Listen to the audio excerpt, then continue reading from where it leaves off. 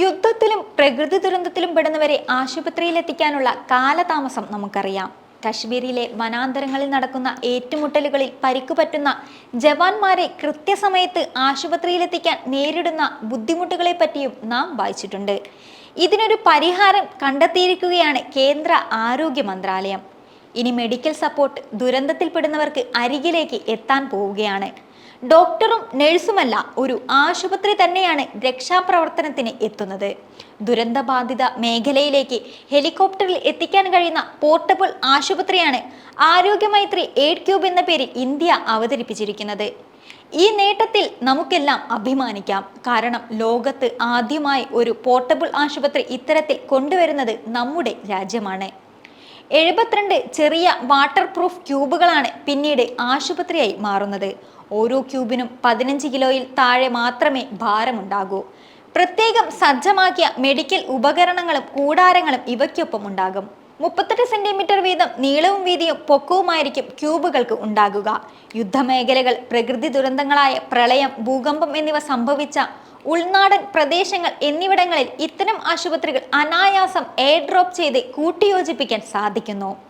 പരിശീലനം സിദ്ധിച്ച 5 വിദഗ്ധർക്ക് 1 മണിക്കൂറിനുള്ളിൽ ക്യൂബുകളെ സംയോജിപ്പിച്ച് ആശുപത്രികളാക്കി മാറ്റാൻ സാധിക്കും.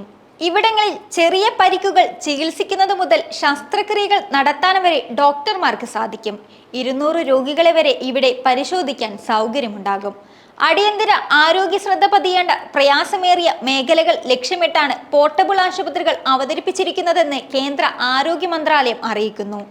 ചെറിയ തീവ്രപരിചരണ വിഭാഗങ്ങൾ, ഓപ്പറേഷൻ തിയേറ്റർ, എക്സ്റേ, അൾട്രാസൗണ്ട് യന്ത്രങ്ങൾ എന്നിവ ഇവയിലുണ്ടാകും. സൗരോർജത്തിൽ പ്രവർത്തിക്കുന്ന ഈ ആരോഗ്യമൈത്രി എയ്ഡ് ക്യൂബുകളിൽ വെള്ളവും പാചകശാലകളും ഉണ്ടാകും. പ്രകൃതി ദുരന്തങ്ങൾ നാശം വിതയ്ക്കുന്ന ദരിദ്ര രാജ്യങ്ങൾക്ക് പ്രധാനമന്ത്രിയുടെ ആരോഗ്യ സേവന സംവിധാനത്തിന്റെ ഭാഗമായി ഇത്തരം പോർട്ടബിൾ ആശുപത്രികൾ വിതരണം ചെയ്യാനും ഇന്ത്യക്ക് പദ്ധതിയുണ്ട്.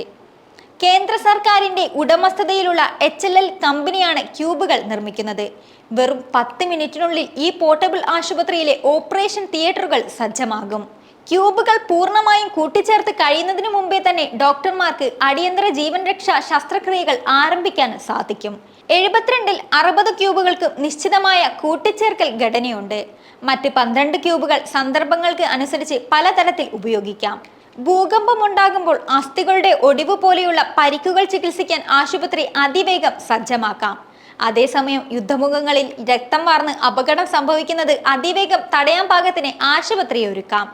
വിഭാവനം ചെയ്ത് 1 വർഷത്തിനുള്ളിലാണ് ഇന്ത്യ ഏറ്റവും പ്രയോജനകരമായ ഈ പോർട്ടബിൾ ആശുപത്രി ഉപയോഗ സജ്ജമാക്കിയിരിക്കുന്നത്.